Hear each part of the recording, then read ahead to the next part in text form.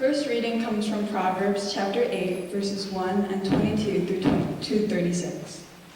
Does not wisdom call, and does not understanding raise her voice? The Lord created me at the beginning of his work, the first of his acts of long ago. Ages ago I was set up at the first, before the beginning of the earth. When there were no depths, I was brought forth, when there were no springs abounding with water. Before the mountains had been shaped, before the hills, I was brought forth. When he had not yet made earth and fields, or the world's first bits of soil. When he established the heavens, I was there. When he drew a circle on the face of the deep. When he made firm the skies above. When he established the fountains of the deep. When he assigned to the sea its limit, so that the waters might not transgress his command. When he marked out the foundations of the earth, then I was beside him, like a master worker, and I was daily his delight, rejoicing before him always, rejoicing in his inhabited world, and delighting in the human race. And now, my children, listen to me. Happy are those who keep my ways. Hear instruction and be wise, and do not neglect it. Happy is the one who listens to me, watching daily at my gates, waiting beside my doors. For whoever finds me finds life, and obtains the favor from the Lord. But those who miss me injure themselves. All who hate me love death.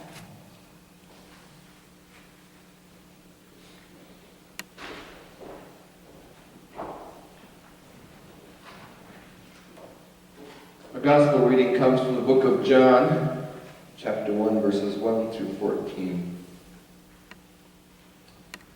In the beginning was the Word, and the Word was with God, and the Word was God. He was in the beginning with God. All things came into being through him, and without him not one thing came into being. What has come into being in him was life, and the life was the light of all people. The light shines in the darkness, and the darkness did not overcome it. There was a man sent from God, whose name was John. He came as a witness to testify to the light, so that all might believe through him. He himself was not the light, but he came to testify to the light, the true light, which enlightens everyone, was coming into the world. He was in the world, and the world came into being through him, yet the world did not know him. He came to what was his own, and his own people did not accept him. But to all who received him, who believed in his name, he gave power to become children of God, who were born not of blood, or of the will of the flesh, or of the will of man, but of God. And the Word became flesh and lived among us, and we have seen his glory, the glory as of a Father's only Son, full of grace and truth. So, these two probably don't realize that I heard about it, but actually Gary and Daryl were recently arrested together for robbing a bank. And they're like, actually, we didn't know about it. Well, when they were arrested, they were taken in, and the prosecutor came to them and said, okay, they put them separately, by the way, and said to each one, first they went to Gary and says, okay, if you tell us everything that you guys did, you will be set free, and Daryl is going to do 10 years. He says, but if you confess, and he confesses also, you're both going to do 5 years. If neither of you confesses and you just keep your mouths shut, you're both going to be just here on some circumstantial evidence. We won't really get any good charges on you. So you'll both here be for only 1 year. Well, this is a famous case called the prisoner's dilemma. The prisoner's dilemma came out of some statistical and psychological studies wondering what people would do under rational circumstances. And we actually used these with the Rand Corporation in 1950 during the Cold War. A couple of scientists named Dresser and Flood realized, though, that not all people are rational beings. Not all people will use logic. And so, although this prisoner's dilemma and this game theory is what it's called in the all-encompassing set of circumstances, although we use it sometimes in negotiation and different things, and it's been employed for buying cars and even for gambling, all these different ways that it can be used, they realize that some people are just not rational. And you can't work with them. You can't deal with them. No matter what you try to do with a logical person, these people will not respond in a way that you could possibly understand, plan for.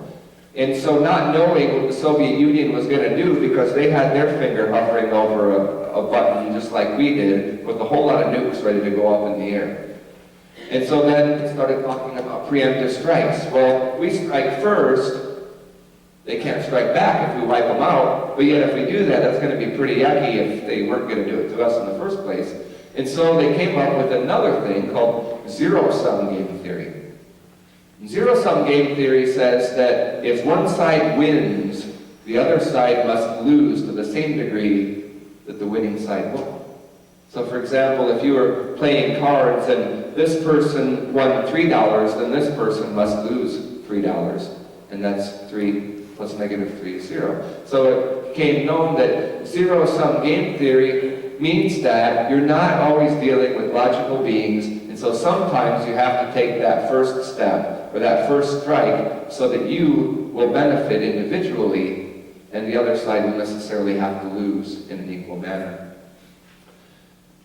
This verse, a light shines in the darkness, but the darkness did not overcome it. Some translations also say, but the darkness did not comprehend it.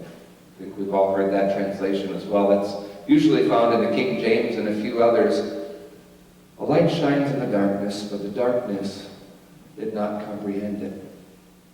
In what way could we fathom the light of the world that comes in to save, to redeem, to shed light and wisdom upon our feet, upon our path, to help us to understand what life is truly about, to help us to make sense of the world that a lot of times just does not make a bit of sense to us.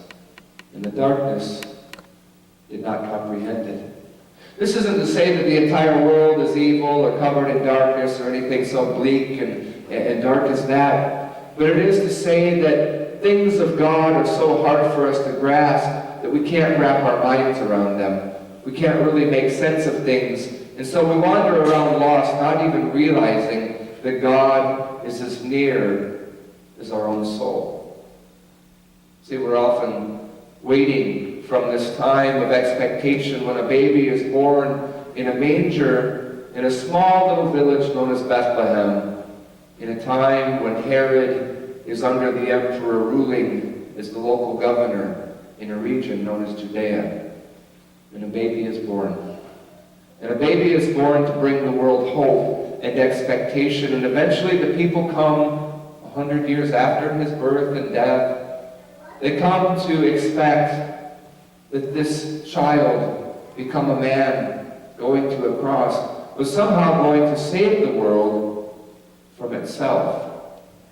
Indeed he did. But today's not Easter. We can't get ahead of ourselves.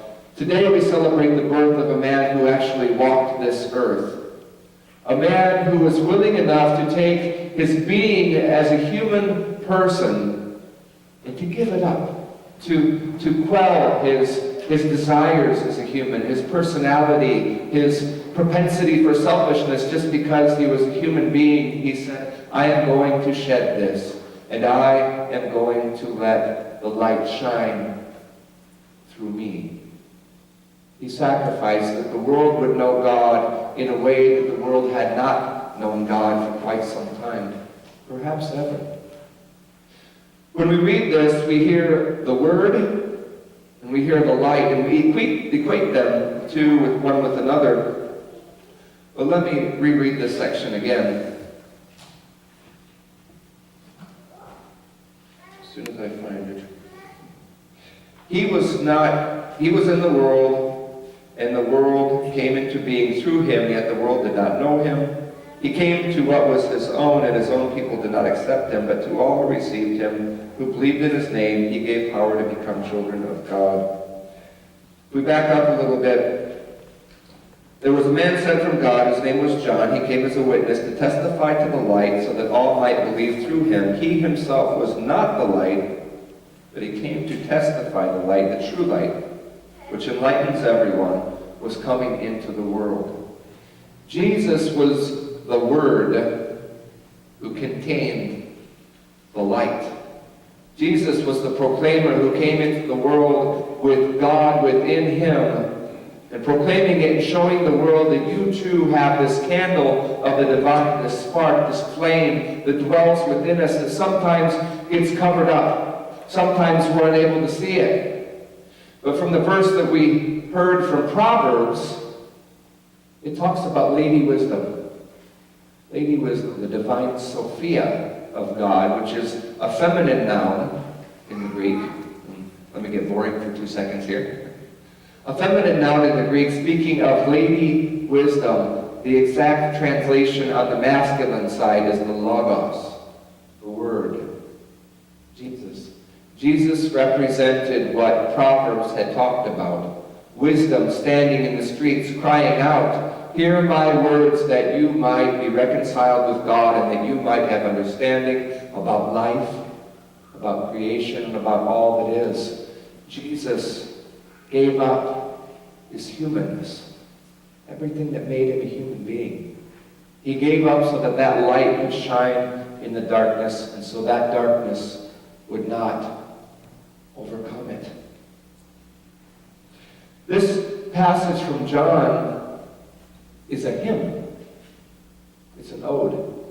It's a song. Originally it was written as a song in celebration of the light of the world coming in through the person of Jesus Christ. And when you look at the entire book of John, and if you look at the book of Genesis, in the beginning God created the heavens and the earth. In the beginning was the Word, right? The Spirit danced over the waters. The light shined in the darkness. And you see all these parallels. Adam and Eve went to a tree and created the downfall of humankind. Jesus went to a tree and saved humankind from that downfall as the new Adam.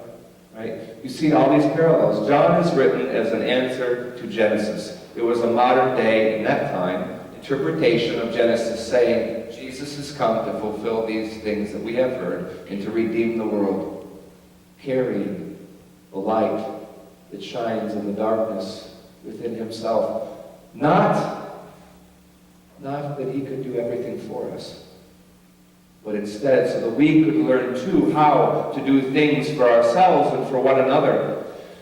We have just heard the news last week, that there are going to be hundreds of thousands of people who are going to lose their unemployment. There are many people who have had bad diagnoses, who have heard bad news, who are in dire circumstances for themselves or their loved ones, clutching and grasping at some modicum of hope so that they can have something to hold on to. This reminds us that the light shines in the darkness. We may not comprehend it, but the darkness will not overcome it. And instead of hiding and hunkering and hoping that whatever is befalling them doesn't come to us, let's take that light. Let's carry it intentionally into the darkness. Let us light the world with it. Let us light up the lives of other people who are suffering and show them that Emmanuel means that God with us. This is not in the past tense. God is still with us.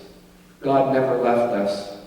And Jesus came to show us that we all carry with us the light of the divine. The light shines in the darkness, and the darkness did not, nor will it ever, overcome it. This is a message for those whom we encounter who are suffering. This is a message for ourselves. And regardless how bleak and dark and sad things seem to us, something that we can hold on to say that that light is still there, and it will never, ever go away. Let's remember that, especially in this season. Amen.